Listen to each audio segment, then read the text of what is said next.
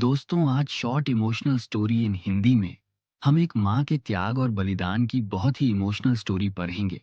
किस तरह एक माँ अपने बच्चे के लिए अपनी पूरी जिंदगी लगा देती है, अपने सपने को त्याग देती है ताकि उसका बच्चा कामयाब हो जाए। दिल्ली की तेज रफ्तार जिंदगी में आरव का दिन सुबह सूरज निकलने से पहले शुरू होता और देर रात खत्म होता। कंपनी की बड़ी बड़ी फाइलें, क्लाइंट की मीटिंग्स, टीम के ईमेल, उसकी लाइफ एक मशीन की तरह चल रही थी। लेकिन इस मशीन की लगातार भागदौड़ में एक चीज धीरे धीरे पीछे छूट रही थी। उसकी माँ। माँ सुनीता गांव में अकेली रहती थी। घर बड़ा नहीं था, पर उनकी ममता इतनी थी कि उस छोटे घर में भी किसी को कमी महसूस नहीं होती। आरव बचपन में उनके दुपट्टे से चिपक कर चलता था, पर आज फोन तक ठीक से नहीं उठाता। उस दिन मौसम थोड़ा शांत था। आरव ने सोचा, चलो कमरे को थोड़ा साफ कर लूं। अलमारी के ऊपर से उसने एक पुराना डिब्बा नीचे उतारा। डिब्बा गिरते ही एक आवाज आई, थक।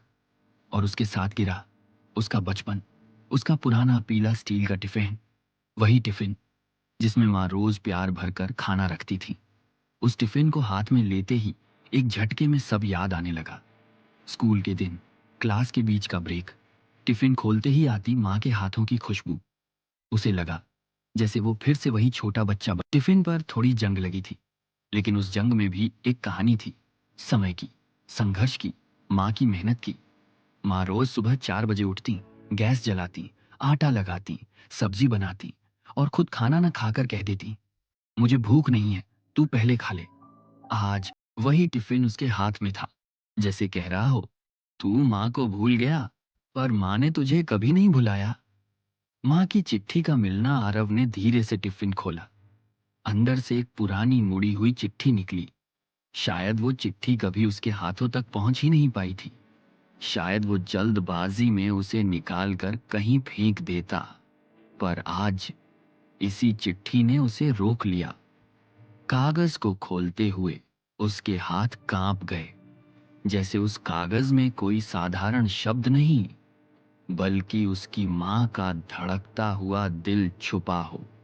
मेरे प्यारे बेटे आरव, जब तू ये टिफिन खोलेगा, हो सकता है मैं तेरे पास ना दिखूं, पर मेरा दिल, मेरा प्यार, मेरे आशीर्वाद सब तेरे साथ होंगे। तू बड़ा होकर बहुत व्यस्त हो जाएगा, बहुत आगे जाएगा, पर बस इतना याद रखना कि दुनिया की भीड़ में भी तेरे पीछे एक माँ है जो सिर्फ तेरी मुस्कुराहट के लिए जिंदा है। तू जब खाना खाए तो याद रखना, ये सिर्फ सब्जी या पराठा नहीं, ये मेरी दुआएं हैं।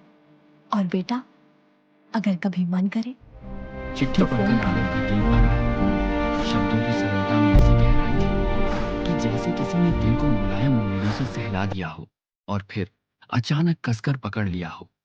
उसकी आंखों से आंसू टपकने लगे, धीमे पर लगातार। पछतावे की दीवारें आरव को एक एक पल याद आने लगा। माँ का वीडियो कॉल करना और उसका कट कर देना। माँ का पूछना, खाया बेटा? और उसका चिढ़ कर कहना, माँ प्लीज टाइम नहीं है।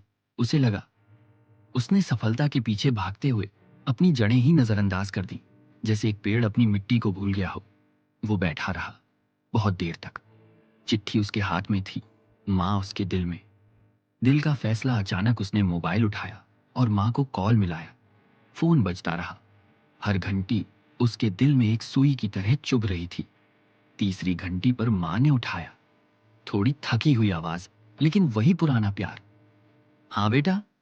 आरव कुछ बोल ही नहीं पाया, बस सांसें उखड़ सी गई।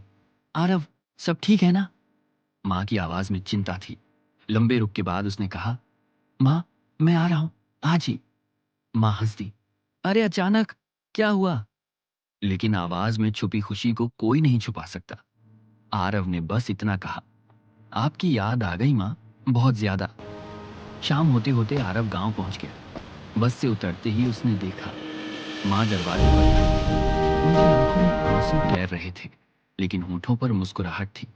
वो मुस्कुराहट जो सिर्फ माँ को ही आती है जब वो अपने बच्चे को देखती है। आरव उनके पास भागा और उन्हें कसकर गले लगा लिया। माँ का हाथ उसके सिर पर गया और उसी पल जैसे उसके सारे टूटे हुए हिस्से जुड़ गए। माँ ने कहा, चल खाना लगा दूं, तेरी पसंद की सब्जी भिंडी बनाई है। आरव ने आंसू पोंछते हुए कहा, आज मैं बनाऊंगा माँ, आपने बहुत बनाया मेरे लिए। माँ मुस्कुराई, बच्चे कभी माँ से बड़े नहीं होते। उस रात माँ बेटे देर तक बैठे रहे। पुरानी यादें, नए किस्से, छोटी छोटी बातें, सब कुछ जैसे वो दूरी जो सालों से बढ़ रही थी आज एक ही रात में मिट गई हो। माँ ने कहा, बेटा मैं तुझे रोकती नहीं, तू आगे बढ़, दुनिया देख, बस ये मत भूलना कि कोई है जो तेरी राह देखता है। आरव ने उनका हाथ पकड़ा, अब कभी नहीं भूलूंगा माँ, कभी नहीं। वीडियो अच्छा लगा तो चैनल को सब्सक्राइब जरूर कर दे, और अपनी माँ से प्यार करते हैं तो कमेंट में माँ लिखना मत भूले।